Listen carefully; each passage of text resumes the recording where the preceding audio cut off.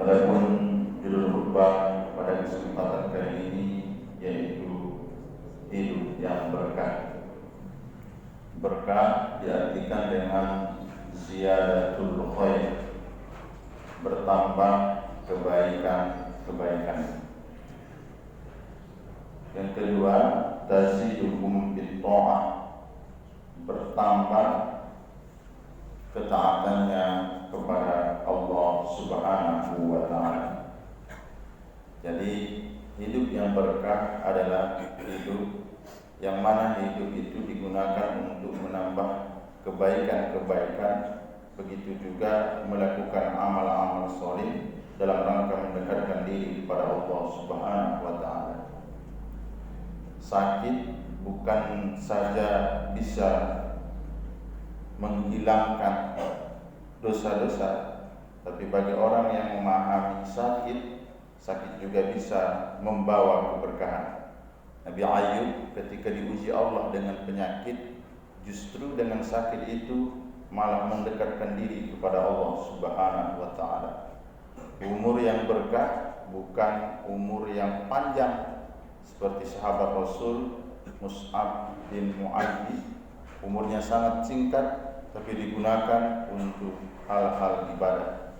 Ki Haji Hasyim Asy'ari umurnya tidak terlalu panjang, tidak nyampai 40, tapi seluruhnya diisi dengan amal-amal sholih, menulis buku, menjalankan perintah-perintah Allah, mengajak seseorang kepada hal-hal yang baik.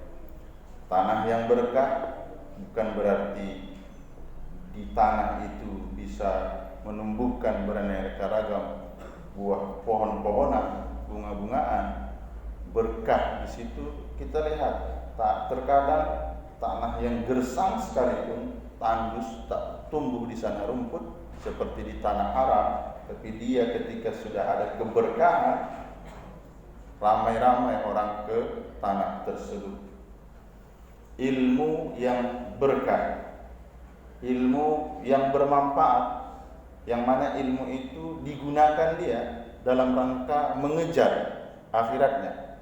Ilmu yang tidak berkah, ilmu yang digunakan untuk mengejar dunia ini dan menyakiti saudara-saudaranya yang tidak paham tentang sesuatu.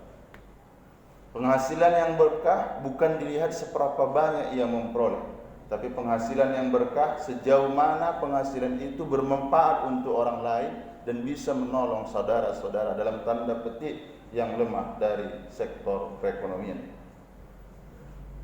Pernikahan yang berkah, dengan bernikah itu bertambah keimanannya, karena hadis Nabi mengatakan man tazawwaja faqad istakmala nisfal iman. Orang yang menikah, maka dengan menikah itu keimanannya semakin meningkat kepada Allah Subhanahu wa ta'ala. Anak yang berkah bukan berarti anak itu lucu, imut-imut ketika masa kecilnya. Setelah dewasa, memperoleh titel, memperoleh jabatan, memperoleh posisi yang luar biasa, menjanjikan secara dunianya. Tapi anak yang berkah, ada di antara anak itu anak yang soleh, tidak pernah putus. Setiap sholat ia angkat tangannya untuk mendoakan kedua orang tuanya. Bahkan ketika ia beramal, ia sering ikutkan ayah dan emaknya. Ma'asyiral muslimin, jamaah salat fardu Jumat yang dimuliakan oleh Allah Subhanahu wa ta'ala. Di dalam Al-Qur'an mengenai keberkahan ini tidak terlepas dari dua hal. Bisa kita lihat nanti dalam surah Al-A'raf ayat 96. Walau anna ahlal qura amanu wattaqau lafatahna 'alaihim barakatin minas sama'i wal ardh walakin kazzabu fa'akhaznahum bima kanu yaksibun. Ada dua yang melatari keberkahan itu bisa kita peroleh. Pertama, iman.